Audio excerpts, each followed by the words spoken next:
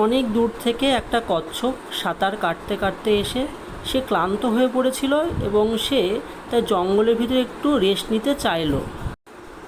অনেকটা পথ আজকে সাঁতার কাটতে কাটতে এসেছি, শরীরটা খুব ক্লান্ত লাগছে, একটুখানি গাছের তলায় বসে একটু শরীরটা জিরিয়ে নিই বাবা আজকে। এর মাঝখানে কোথায় থেকে একটা নেকড়ে বাঘ এসে উপস্থিত হলো এবং সে ভাবতে লাগলো কী করে সেই কচ্ছপটাকে আজকে সে খাবে।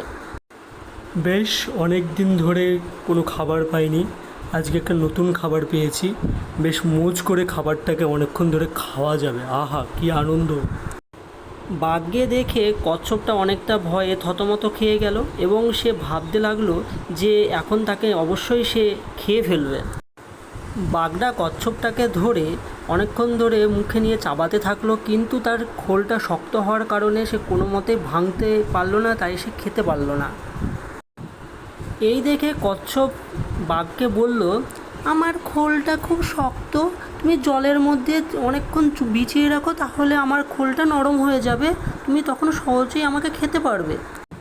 এইবার নেকড়ে বাঘটা কচ্ছপের কথা মতো তাকে নদীতে নিয়ে গেল এবং খোল ভেজানোর জন্য সে নদীর জলের মধ্যে কচ্ছপটিকে ছেড়ে দিল।